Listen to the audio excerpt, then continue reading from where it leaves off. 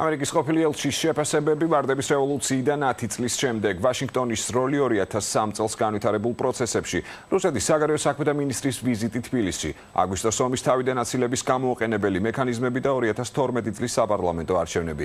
რიჩარდ მაილსთან ინტერვიუ ჩვენი თხოვნით ამერიკის ხმამ ჩაწერა.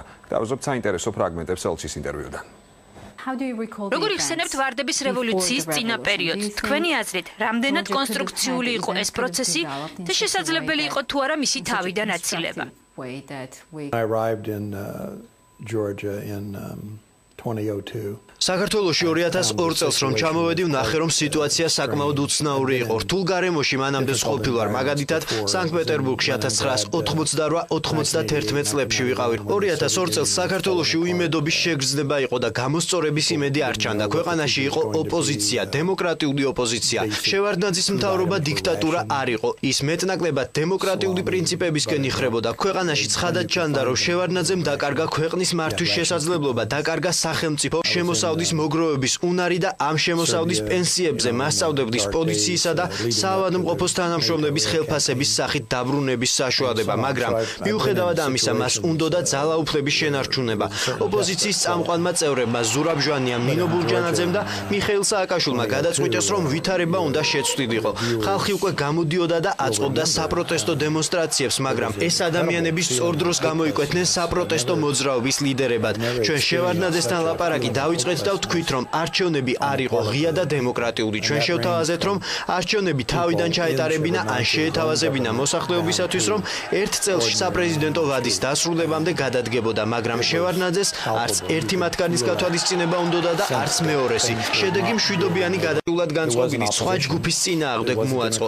რომელიმე მათგანს ძალა რომ გამოეყენებინა საქართველოსთვის, ამას სულ სხვა შედეგი მოჰყვებოდა. ეს იყო ძალაუფლების მშვიდობიანი გადაცემა, რომლის რატიფიკაციაც მოგვიანებით გამართული არჩევნებით მოხდა. საბოლოო ჯამში საქართველოს უკიდურესად რთული ვითარებიდან ღირსეულად გამოვიდა.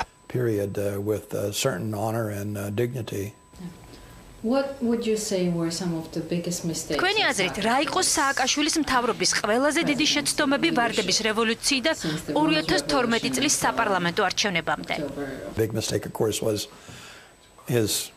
დიდი შეცდომა სააკაშვილის მოუთმენლობა იყო. ორ საკითხს აღნიშნავ. ერთი იყო ის, რომ მას სურდა ქვეყანაზე რაღაც სახით საკუთარი ნიშანი დაედო. ამაში შედიოდა ის გრანდიოზული სამშენებლო პროცესები ან გასართობი პარკები და სხვა ასეთი პროექტები, რომლებსაც ეკონომიკური დანიშნულება არ ჰქონდათ, მაგრამ ქვეყანას დიდძალი ფული უჯდებოდა. ამაზე მნიშვნელოვანია მისი მოუთმენლობა სეპარატისტული რეგიონების აფხაზეთისა და სამხრეთ ოსეთის საკითხის გადაჭრასთან დაკავშირებით. ის 2004 წლის დასაწყისში მოვიდა ხელისუფლებაში და უკვე აგვისტოში პირველი ინციდენტი მოხდა საქართველოს შეიარაღებული და შინაგანი ძალების მიერ.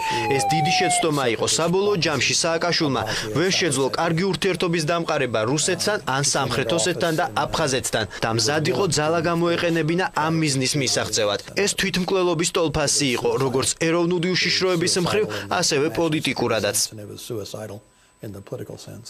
One of the three leaders of the Rose Revolution, Zurab Zhwania. ვარდების რევოლუციის სამი ლიდერიდან ერთ-ერთი ზურაბ ჟვანია გაურკვეველ ვითარებაში 2005 წელს გარდაიცვალა და მისი სიკვდილის გარემოების გამოძიება ჯერ ისევ გრძელდება.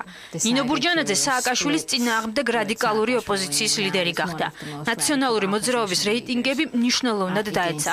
ამ ყველაფრის ფონზე მიგაჩნიათ თუ არა, რომ ვარდების რევოლუცია წარმატებული პროექტი იყო? ზუსტად არ ვიცი რა მოხდა ჟვანიასთან დაკავშირებით. გამოძიების ფედერალური ბიურო ჩავიდა საქართველოში და დახმარება აღმოუჩინა ქართველ გამოძიებაში.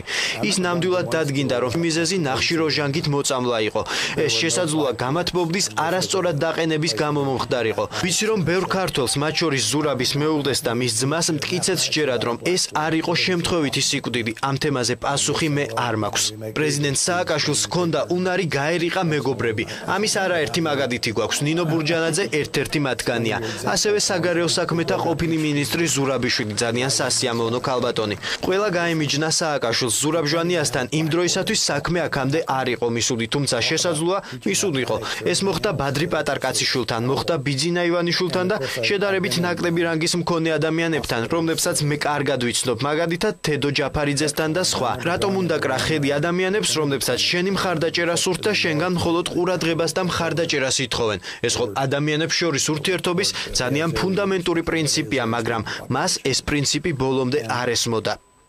ბარდების რევოლუციის შემდეგ საქართველოსთვის ყველაზე დიდი გამოწვევა საგარეო პოლიტიკაში რუსეთთან დაძაბული ურთიერთობის გამოსწორება იყო.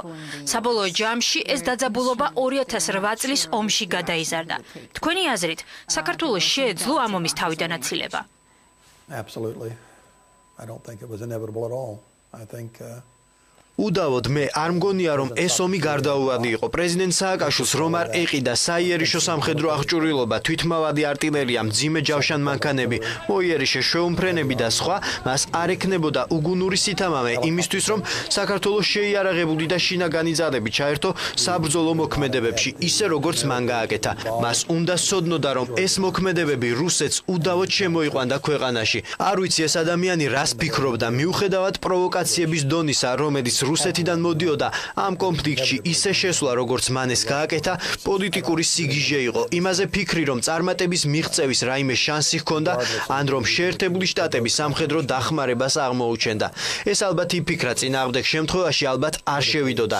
ის მთლად შეშლილი არ არის. რაღაც ამდაგვარი უნდა ეფიქრა, მაგრამ საიდან მოუვიდა ეს აზრი თავში არ ვიცი. პრეზიდენტ სააკაშვილის მდგომარეობაში მყოფი სხვა ადამიანები ჩემი აზრით ამ ომის შემდეგ გადადგებოდა და ახალ საპრეზიდენტო არჩევნებს დანიშნავდა. რა მიზეზით დარჩა თანამდებობაზე მე არ ვიცი. ეს არ არის ნორმალური. It's not normal, I think. When he won the elections or his coalition 2012 წლის ოქტომბერში, როცა ივანიშვილი ხელისუფლებაში მოვიდა, ამერიკაში ბევრს გაუჩნდა ეჭვი მის საგარეო ორიენტაციასთან დაკავშირებით. მას შემდეგ 1 წელი გავიდა. თქვენი აზრით, ეს ეჭვი თუ გაურკვევლობა კიდევ არსებობს ამერიკაში? There was concern შეშფოთებულთა ნაწილი პრეზიდენტ სააკაშვილის პოლიტიკური ფანი იყო, მეორე ნაწილი ბიძინა ივანიშვილს არ იცნობდა და დაიწყეს ისეთი რაღაცების წარმოდგენა, რაც რეალობას მოწყვეტილი იყო. ასეთი შეხედულებები დიდწილად შემცირდა. მისი მთავრობის წარმომადგენლები ჩამოდიან და ხელს უწყობენ საზოგადოებრივი აზრის დამშვიდებას და იმ ადამიანებისთვის ინფორმაციის მიწოდებას, რომლებიც დაინტერესებული არიან საქართველოთი. ეს მცირერიცხოვანი, მაგრამ ძალიან გავლენიანი ჯგუფია. ჩემი აზრით, ისინი შედარებით დამშვიდნენ ივანიშვილის ხვებთან და мотивაციასთან დაკავშირებით, თუმცა ჯერ ისევ არის გაურკვევლობის გარკვეული ხარისხით. ცხადია, რომ საქართველოში მას დიდი სამოქალაქო მხარდაჭერა აქვს და ხალხს მოსწონს, რომ ის სააკაშვილი არ არის, მაგრამ თუნდაც საქართველოში დიდია გაურკვევლობა იმასთან დაკავშირებით, თუ რა როლი ექნება მას სამომავლოდ. საპრეზიდენტო და საპარლამენტო არჩევნების შემდეგ ერთიანმა ნაციონალურმა მოძრაობამ არც თუ ისე შთამბეჭდავი შედეგები აჩვენა. როგორ ფიქრობთ, ვარდების რევოლუციის ლიდერს მიხეილ სააკაშვილს თუ აქვს ქართულ პოლიტიკაში დაბრუნების შანსი? Saakashvili is young enough and smart enough სააკაშვილი საკმაოდ ახალგაზრდა და ჭკვიანია იმისათვის, რომ პოლიტიკაში დაბრუნდეს. ამას ალბათ დასჭირდება პოლიტიკიდან რამდენიმე ხნით წასვლა, მაგრამ არ ვიცი აქვს თუ არა მას პერსონალური მახასიათებლები იმისათვის, რომ ეს შეძლოს.